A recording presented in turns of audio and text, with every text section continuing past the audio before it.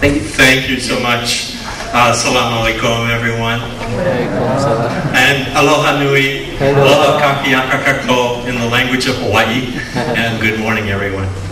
It's my great pleasure and privilege to be with you, especially for the keynote address for your first Health Informatics Conference in Indonesia.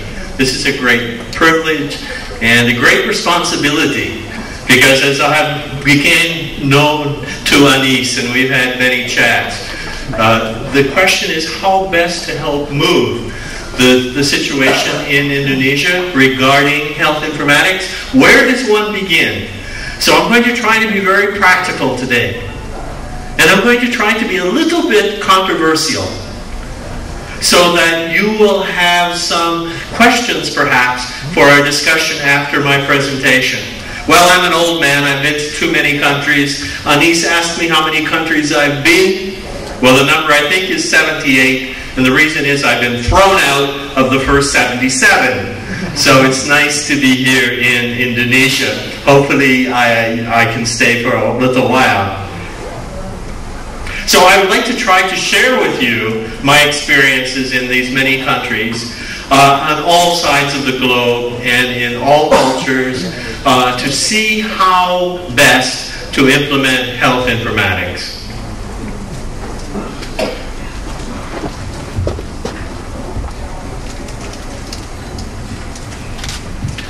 We must begin by why we're doing this at all. Of course, we want to improve the health of the Indonesian people. This is our goal. Now, how do we do this? We don't know how exactly to measure overall health. There might be some epidemiologists in the audience who may disagree with me, but in general, health outcomes are the most difficult thing to measure. So instead, we have some proxies, some surrogates that we want to measure. What can we do with health informatics to improve health? Well, we can improve access to health. Number one on the list.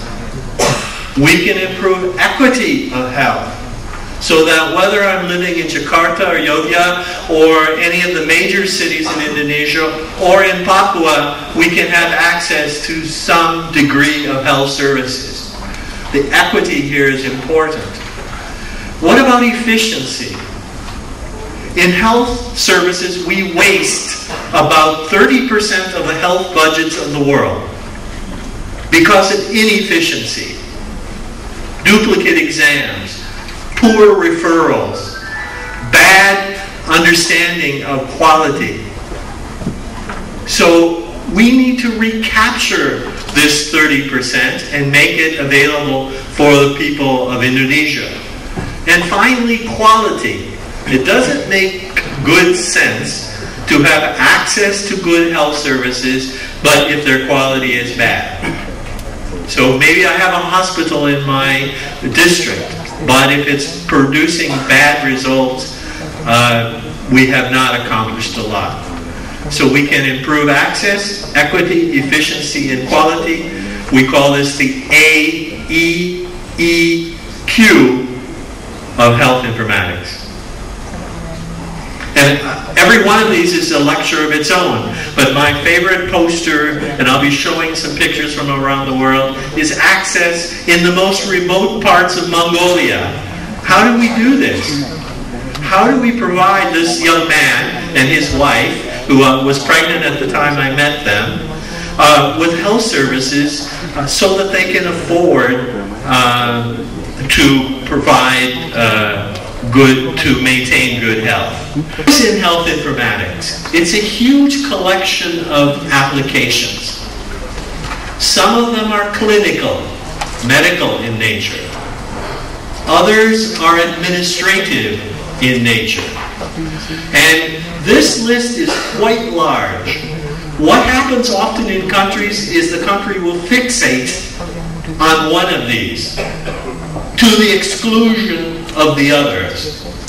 If the most powerful people in health informatics are physicians, obviously those applications which deal with medicine and clinical science may get the most attention. is a very large set of applications. Looking at it another way is we can group applications into those which are provider-based, like hospitals, puskesmas, pharmacies, laboratories, and those which are payor-based. Those people are going to pay for healthcare, Jamkesmas, Jamsostek, and so on, Pite Askes, etc. So one of the major divisions we have are these two sets of systems which need to be harmonized together and which need to follow common standards. We're going to talk a fair amount today about standard setting. I notice it's in the title and theme of your conference. What standards are needed? How happens often in countries is people want to start at the top of the pyramid, in this case the electronic medical record, and build down. Well, if you build a building this way, it will fail. Likewise with software, it will fail. You need to have the foundational applications first. I put a small red circle on this diagram because even with hospital information systems, there's already some harmonization which is required because the hospital system must produce the insurance claim for Jamkesmas, for Jamsostek, for PTSKs, etc. So already there's the need to look at the larger picture.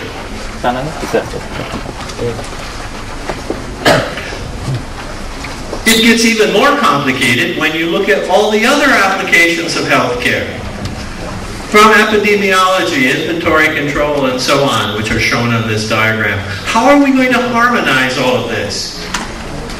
In the past, it was possible for each of these groups to work independently, to create its own standards, and to have a simple vertical system which did not need to know about the other systems.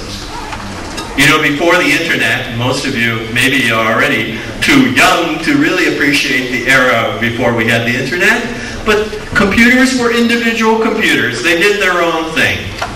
Now we have an internet world where all computers are connected. Well, likewise in healthcare, we need to find some way of connecting all the systems together as well. Now, the next point I would like to make is that health informatics is not about computers. Computers are simply tools. Instead, it's about automating the core business processes of healthcare. This is a mistake that many people make. I've had many governments come to me and say, we need 6,000 computers. My first question is, what will these computers do? Oh, we will put them in the puskesmas. We will put them in medical records department of each district hospital. Fine. And what will they do there? And so it's really important for us, and I'm a computer scientist myself, to realize that eHealth and HMIS does not have anything to do with computers directly, except that they're tools. They cost money, they do not save money of themselves, by themselves. So we need to look at the core business processes. Here's a pharmacy in Tunisia. How does a pharmacy work? As health informaticists, we need to understand better the core business processes of healthcare if we're going to help them. So, the pharmacy. This is the puskesmas in the rural Philippines. Whereas, as I understand, also in your country, you're having some success at automating some of the rural health units. This is a great step. But we need to understand how a puskesmas actually works. And also in large hospitals, we need to know how admission systems work. This is in Beijing. And the hospital bed at a university hospital is a very precious and expensive resource. So it must be used very carefully. So each of these core business processes is really not about computer science. It's about how to run healthcare. The computer science is used to help do that. So I think the only way to do this is to have some sort of master plan. Now it's called different things in different countries. It's sometimes shorter term, it's sometimes longer term, but it requires that all the stakeholders agree on where we're headed. The puzzle pieces are many. This is an intricate, difficult puzzle. And the interoperability and integration of these pieces will not happen by accident. It will happen only if there are those who can see the large puzzle. And of course, we cannot create all the pieces of the puzzle at the same time. It's not possible. But at the end of the day, these pieces must fit together if you're going to have a successful project.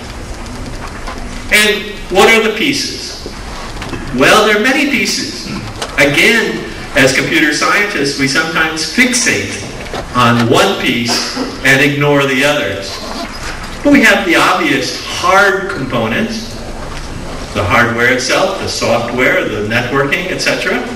But what about the soft components? How are we going to make our hospitals computer ready? How are we going to have a training program which really works? How are we going to have a maintenance system that keeps the computers running?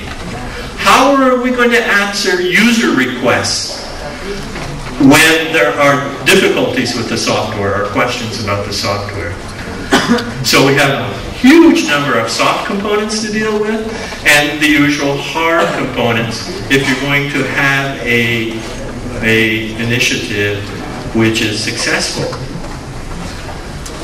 Next lesson is buy the hardware at the last possible moment. Because hardware is easy to buy, many countries want to buy first.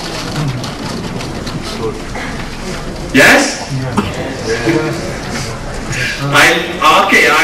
I'm being podcasted. By the way, this is my jewelry. So for those of you who would like to hear me in Bahasa, we're going to also have a Indonesian translation of this talk. So maybe I should turn my podcaster off, but I won't. I was recently in Jordan, and I found 300 computers still in box. Very nice. Amman's a very nice city, very clean city. Nice boxes stacked very high. 3 years sitting in the box. Why? Well, it's easy to buy a computer. It's not so easy to do all the other components. Next lesson is be realistic about costs. Because even though hardware is getting cheaper,